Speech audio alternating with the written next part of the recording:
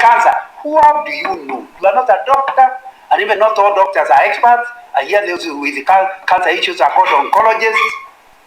So why are you disturbing? Have you had, they can be very irritating, those optimists. No, you're okay, nothing can be wrong. And they are just looking. They never went to medical school. They just look at your toe and say it's not cancer. How do you know? That's an I'm talking. Arieris says either could happen for these facts and for these facts, but I'm not sure of either. So I'm going to verify. Are we together? That's the work of Arieris. So if you really want to manage yourself well, you must force yourself away from being an optimist or being a pessimist. You become a realist, and that will be very, very, very, very important. Realists have to be finishing. The last one is ability to manage expectations. Inability to manage expectations is what will kill you realizing your potential.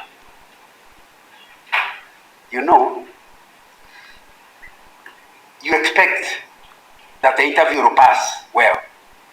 Again, it is related to the earlier discussion. If you don't manage that expectation, you start behaving like you have it before you have it. Are we together? And then you act in a way that people feel you're too self-confident. And again, lack of confidence is a problem. Too much confidence is another problem. And there will be a problem with you. So, for example, there is nothing wrong with expecting to get four children, 2 boys and 2 girls. Then you get a girl, another girl, the fourth one is yet a girl. Some people, and sometimes you can't understand. I have had, of course, I'm a little older, so I've had those stories. I still remember I used to be the sheriff manager in Kisumu. And I still remember my wife used to work with, she was teaching in Kisumu boys.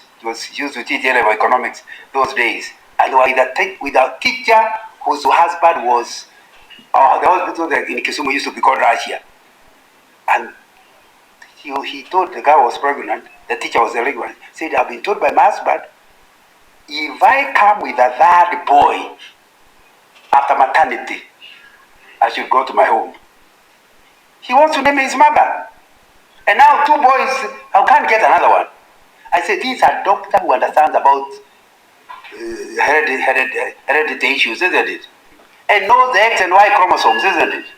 And knows it's more of a man's chromosomes that are determining rather than the wife. So how can he talk of throwing away the wife?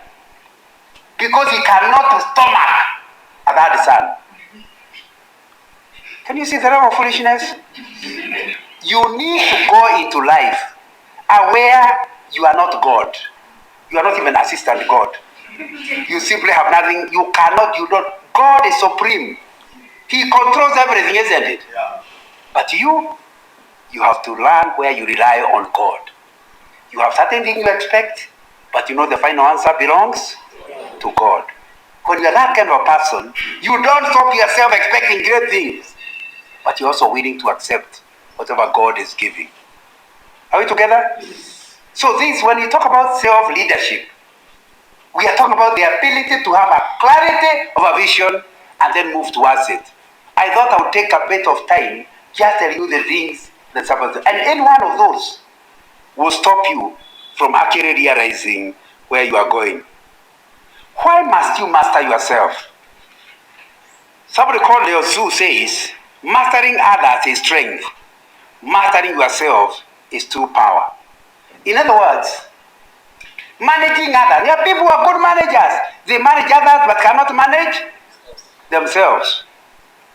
Then somebody called Henley says, I'm the master of my fate. I'm the captain of my soul. Only God can I hold responsible for what happens to me. No human being I'll hold responsible. Are we together? David Banner, a psychologist and author of the book, The Gift of Being Yourself, defines identity as who we experience ourselves to be, the I each of us carries within you. The thing that will make you unable to reach where God wants you to reach, your full potential, will be not knowing yourself, number one. Number two, accepting yourself. This one is saying your identity is not really who you are. Your identity is who you claim to be or believe to be. Am I communicating? You can be a very gifted person, but you believe you're not gifted. What will you finally perform? Not according to ability, but according to belief. Am I communicating? So you need to ask yourself, who am I? Know yourself, the true self, then accept the true self, operate from that, rather than who they are. You know, one of the big problems is people tell you who you are. Your mother keeps saying, you are useless, you amount to nothing. Then you start believing her. Now, your mother is not God. She only delivered you. Am I communicating? Yes. So, forgive her because she's speaking from lack of knowledge. If she knew who God wants you to be, she will not talk like that. But you know, there are many people who are destroyed by the comments of the mother, isn't it? But number one, I told you, you don't belong to your mother. You belong to God. Number two, she doesn't know you. She only saw a baby. Where it was manufactured, did Psalm 139. She was not invited for that meeting that was making you. Am I communicating? So you know she doesn't. Number three is that she has a right to like you or not dislike you. And some of them, the reason they don't like you is because they got pregnant to a man they didn't like. So now they hate the baby, but it's not the baby, it's the father. Am I communicating? So you are suffering from the complication. Once you know that, don't allow your parents to determine who you are. They don't know. Find out who you are from the Creator God Himself. Are we together? Yes.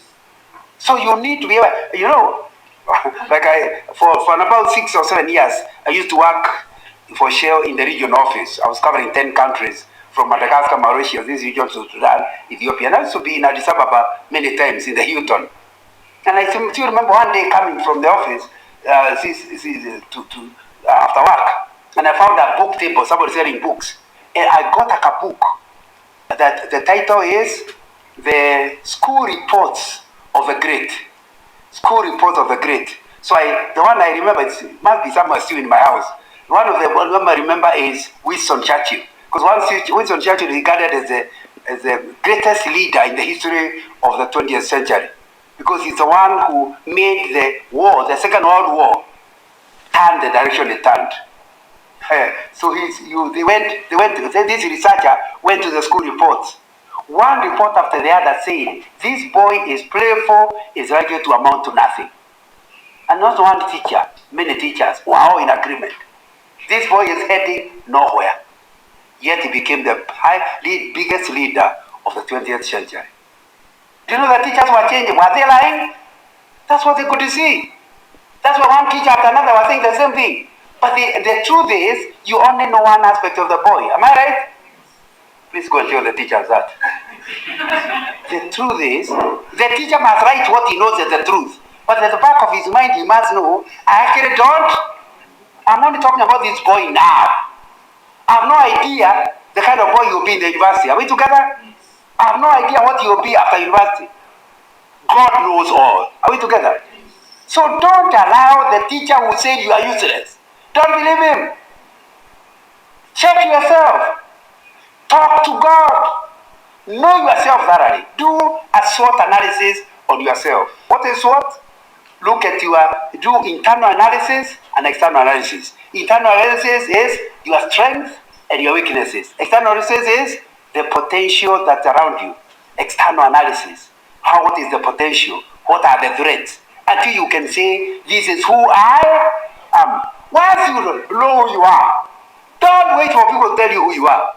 Because you know the truth. I keep telling girls, every morning, God gave us a gadget. And it's the book of James called a mirror.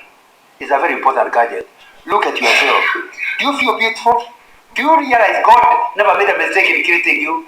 Go there. Don't allow people to tell you you're ugly. You saw yourself and you are beautiful, isn't it?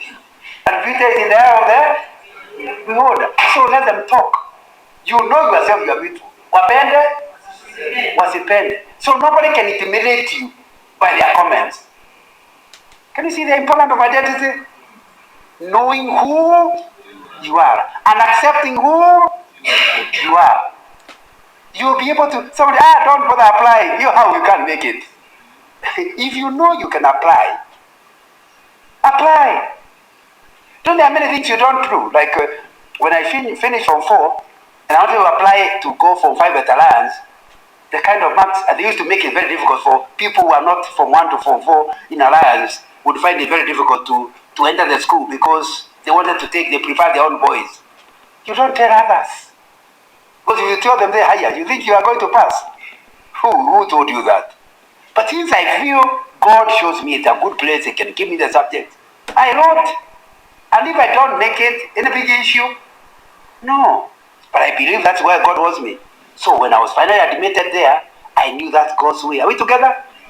So similarly, if you keep listening to people, and I'm not suggesting you don't consult them, but there's a difference between an instructor and a consultant.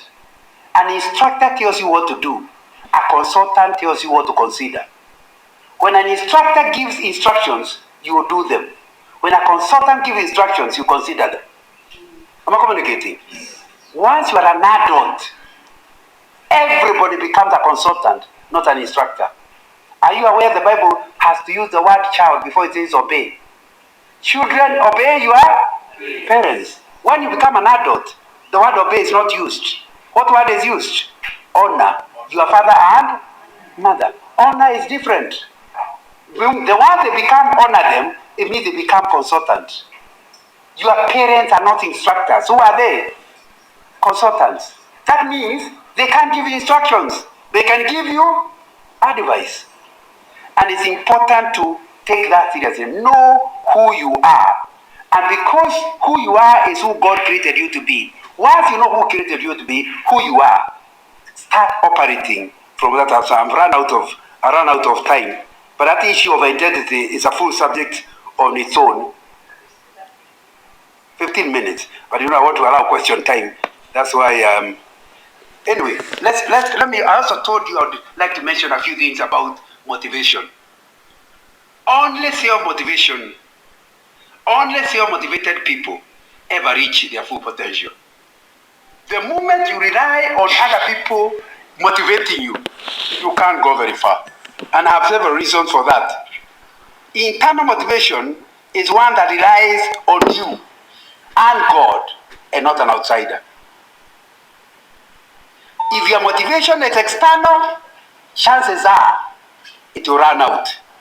Why? Because external resources has a way of running out. What do I mean? Number one, external motivation depends on evil men. The person who is motivating you, once he sees you start going up, the outsider will not continue encouraging you once he is not happy with you. So you have relied on motivation. The person starts saying, no, I thought I was wrong. You really can't make it. As soon as he thinks he does not like you or like what you are doing, he will no longer encourage you. So if you rely on outside motivation, be ready to soon lose it. Or be a roller coaster. One time he says you can do it, the next day he says you can't do it, you will never end up. Please take God as your real source of motivation. It will become internal, not external. And again, I repeat myself, I'm not saying you don't listen to people, but listen to them as consultants, not as instructors. Number two, why I'm saying you need, if you want to actually do well in your work and at home, you must have internal motivation. Is what makes external motivation a problem is the fact that man is a foreign creature and nobody wants to be outdone. And man is insecure. So when I keep recognizing you doing better and better, I'll find a way of sabotaging your progress. For example, it maybe you are a subordinate and you are doing well and I'm encouraging you. After some time people say, hey, this man might take my job. Are they going to continue encouraging you? No. So why don't you feel a sense of God's calling, who is telling you to go places? Then with or without the other people's encouragement, you have an eternal encouragement. Are we together? And that's really what's going to happen to you, and I think it will be important for you to deal with. As I go towards finishing, So we have talked about having internal motivation. I talked about the things that can sabotage your progress. I'm not giving you things that can help you with your progress. Be sure about your identity, number one. Have self-motivation, number two. Number three, operate from excellence. Ecclesiastes chapter 3 says, I know that everything God does will endure forever. Nothing can be added to it, nothing taken from it. God does it so that people will fear him. That's what we mean by the spirit of excellence. Whatever you do, if you're a sweeper, sweep in such a way that you could not have swept better. Am I communicating? Yes. And don't sweep so that your supervisor says you did well. Yourself, you are proud of the job you did. So that's important. You know, that means it's something that can endure. Nothing can be improved on it. Nothing can be added to it. Nothing can be subtracted. It means you have to come to where you yourself are proud about your work. And then when the job, doesn't matter the job you do. If you are in accounts, you work until all your balance sheet is balancing. And you understand why there is a deficit or excess. And not so that somebody can answer, but because you yourself want to be sure you have done a good job. Am I communicating? Yes. That is what it means to have that. You work with excellence. And excellence does not mean you can't do better than me, my friend. You can be better than me. Excellence means to my best. Not to your best, to my best. Am I communicating? Yeah. So what should never be done is to do a job and you know you could have done it better. Do it, even if you don't like it. If you know you did your best, you'll sleep like a child. Would you agree with me? The trouble is when you don't do your best. So do your best. If you are fired after doing your best, you go home happily, isn't it?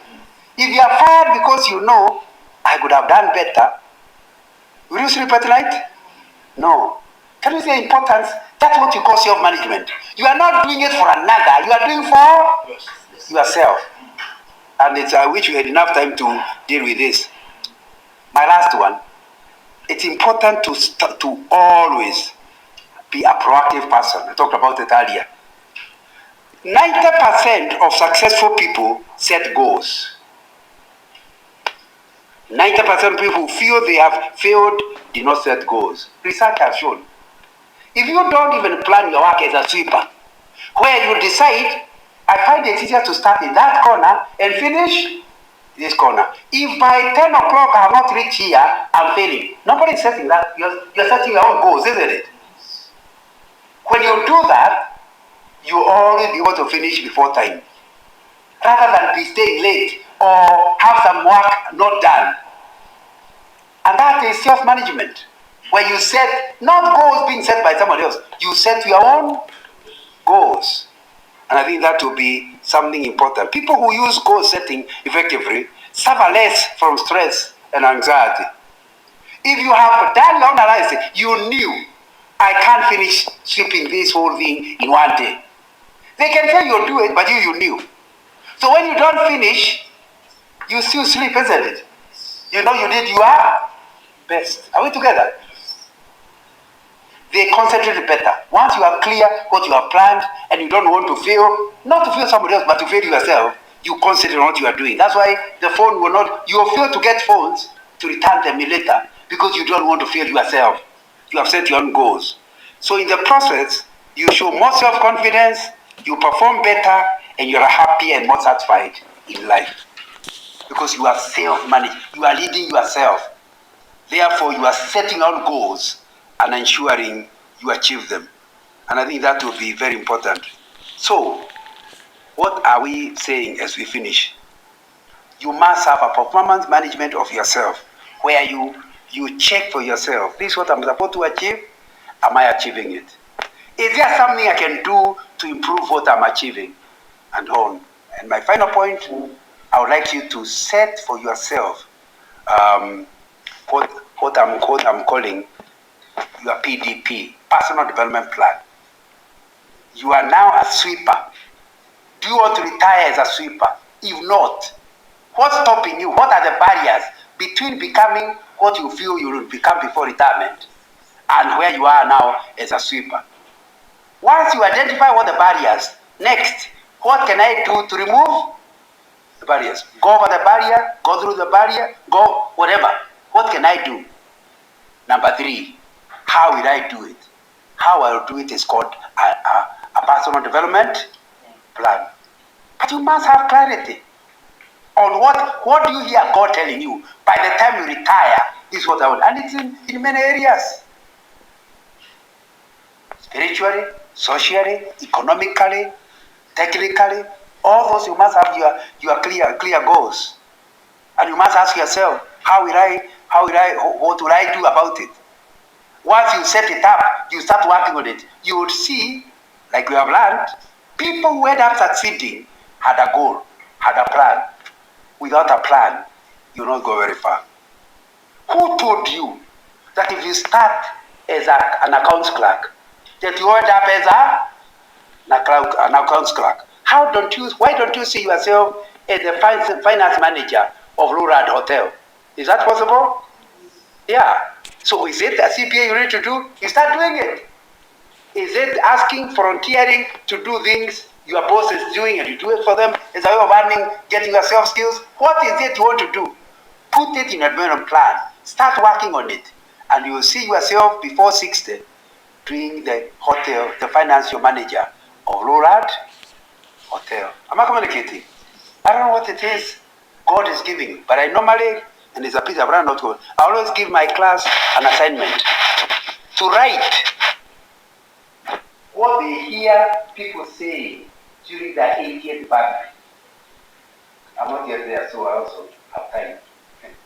80th birthday, most people in the 80th birthday are not being told the things they will do. They are told the things they have already done. So that's why I'm putting it to 80th. So that people in your birthday party are talking about the things you've achieved. What do you hear them say? Start with your wife or your spouse. Is there something you'd like to hear her say when you are 80? If you want to hear it, that's not an issue. What must you do now that you have been married for 10 years? You have another 40 years of marriage, isn't it? So even if you can't hear it now, you can work on it, isn't it? So that you can hear your spouse say, oh, I'm so happy I married this girl. She has motivated me to go places. You are already having a PhD, my sister. Putting him down, she will change, isn't it? If that's what you want to hear, can you hear it by pulling him down? No. What is it? What speech? So think, what would I like to hear my spouse say in my 80th birthday? Another one. What do I want my children to say in my 80th? Remember, your children will be grandparents with themselves. You will be a great grandparent, but your children will be, they can't speak nonsense. What is it you hear your children saying? Write it down. Then ask yourself, well, I know now they can't say that, but what do I need to do so that the accurate can truthfully say that? Speech number 3. Your professional colleagues. What do you hear them say? Hey, you work with Otieno. I just want you to know, Otieno made a difference in his profession. What do you hear them say? What difference did you make professionally? They say 1, 2, 3. Now you know now it is not true. But you have another 20 years, isn't it? What do you plan to do? All that is what you got to your personal development plan. Those are how many speeches now? 3. 4th speech will come from a clansman, somebody from your clan. Not an immediate relative, maybe somebody who calls your grandfather. Because those are the people we meet in our family meetings, isn't it? What kind of impact do you want to make on them? What do you hear them say in the 80th birthday? 5th will be a speech by the local area, wherever you will be living. Because you don't be just a neighbor, you must make an impact there, isn't it? What do you hear them say in the final speech? Is by your spiritual leader. By the way, it's not the current pastor, he's likely to be dead. You may be a younger person by then, isn't it? What do you hear them say? Or you'll be retired, you'll be retired. What difference have you made in the spiritual angle that you hear somebody saying? Even if you have not made it, no problem. Put in your program what you will do for that to be true of you. By the time you have how many years? 8. Once you have that, you now live the rest of your life as a way of doing it. Now you ask yourself, like when I told somebody that I'm coming all the way from Nairobi to say, at your age, why do I come? Because it's within my calling. That's one of the things I want to hear in my daily Bible. What difference I made from people when I came to Jogoya. Am I communicating? Yes. And with that, at 5 I will be awake. Why? Because I'm self-motivated. Because I can see something in the long term that makes me wake up in the morning, even in my 70s. Am I communicating? So you need it. That's why lucky is not about it must go on beyond your done. Even at 60, you haven't finished. You only finish at 80, isn't it? So you must see what are those things you see that need to be done. Is a way you do them when you're working. After working, you still have to continue doing them. And you don't do them for money. Now I have no school fees to pay. I do them because they are part of my calling. They are part of my life's purpose. Are we together? Let's allow 2 or 3 questions.